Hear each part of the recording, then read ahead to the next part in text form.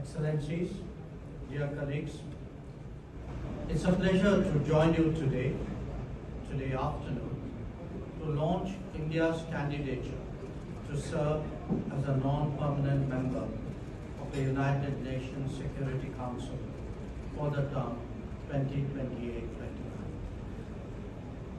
We do so at a time when the world is facing profound paradox. Never before has the world possessed such immense capabilities to advance human welfare at this scale. At the same time, we are witnessing levels of conflict, violence, and instability that threaten even those who may be very far away. To address this complexity, the United Nations must take the lead, and the Security Council must show the way. Elections to its membership consequently assume great importance. As a candidate, it is natural that member states would like to understand what India brings to the table. One part of that is our vision of the priorities that the world and the United Nations must address. The other is a track record which enables the international community to make its own judgment. Let me address the priorities first. As we contemplate the global order, India's focus will be on working for a secure, peaceful, and equitable world. The voice of the global south is heard in equal measure. A world where peacekeeping is ready for contemporary and future challenges.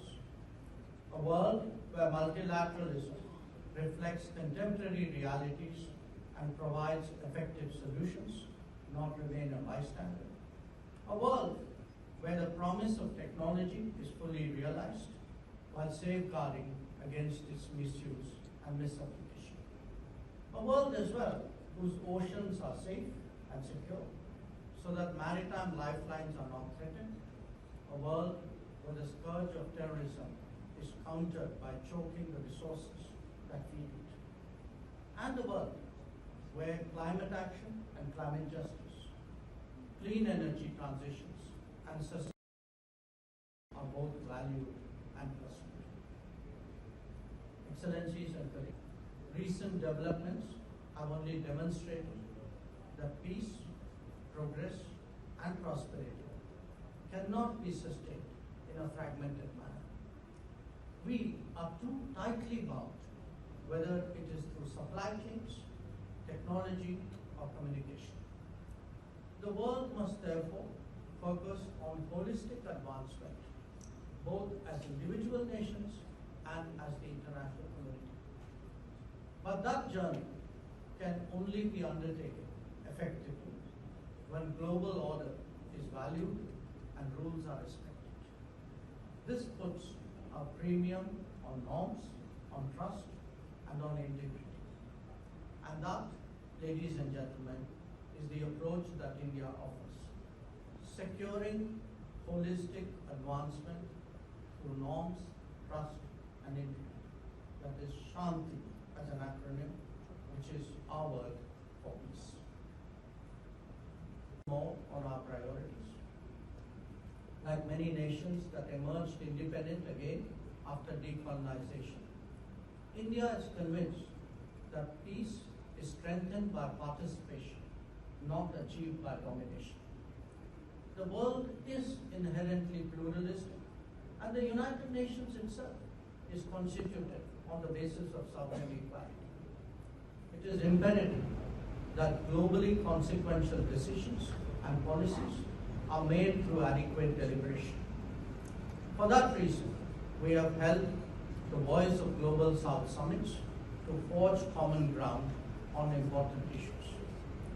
During its G20 presidency, India also ensured the entry of the African Union into the G20 as a formal member.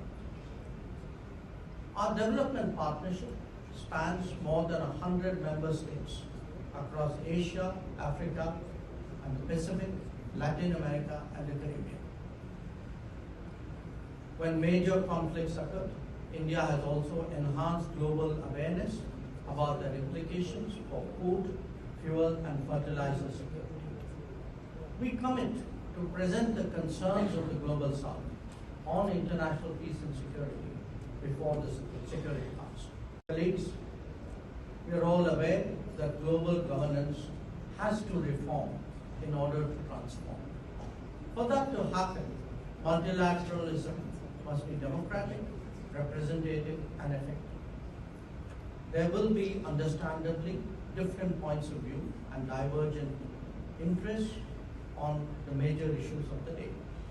But that only enhances the value of harmonizing them and enabling the Security Council to be more robust, responsive, and ready. Nations like India, which have a long history of bridging differences and building consensus, can certainly make their due contribution. Peacekeeping has been a crucial element of maintenance of international peace and security since the very inception of the United Nations. And India has always been in the forefront of discharging that responsibility. Our cumulative contribution is nearly 300,000 deployments in about 50 missions worldwide. We have 4,300 personnel across 10 of the 11 active missions. As we all know, most of these missions are in Africa. Few countries would have our experience in preparing peacekeeping to be future ready. There are different aspects, including matching of mandates to resources, safety of peacekeepers, understanding of ground realities, and wider consultations that need to be adequately factored. Future-ready peacekeeping means to be better equipped, to be technologically enabled, to be realistically mandated, and focused on core objectives. India stands strongly with the Women, Peace and Security agenda and will always champion the role of women peacekeepers. Colleagues, as the world evolves, striking a balance between the benefits and risks of technology gains salience. And the reason is that technology itself is impacting our daily existence in a more profound manner. Artificial intelligence, AI, represents its cutting edge today. India has put forward a human-centric vision of AI that draws on both its capabilities and on India's traditions. Our word for that is MANAV, M-A-N-A-V, which is an acronym for Moral and Ethical Systems, Accountable Governance, National Sovereignty, Accessible and Inclusive, and Valid and Legitimate Systems. As a nation that has contributed to bridging the global divide, the global digital divide, we stand equally committed in respect of AI.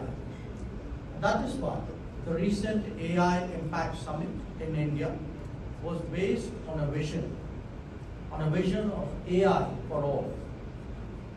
Equally important, we are also determined to counter the misuse of AI and the threats it may pose to international peace and security.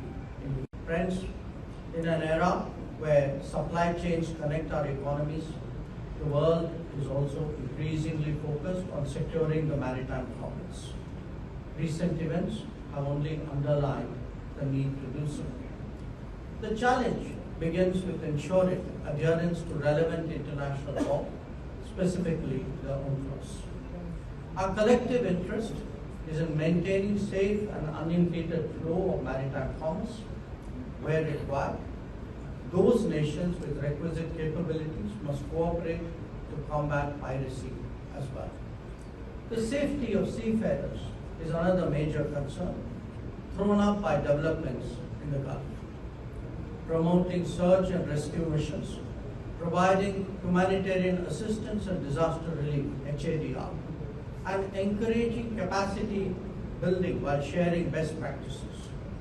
These have all been facets where India has long been active. Our International Fusion Center anchors a cooperative network that covers the entire Indian Ocean region.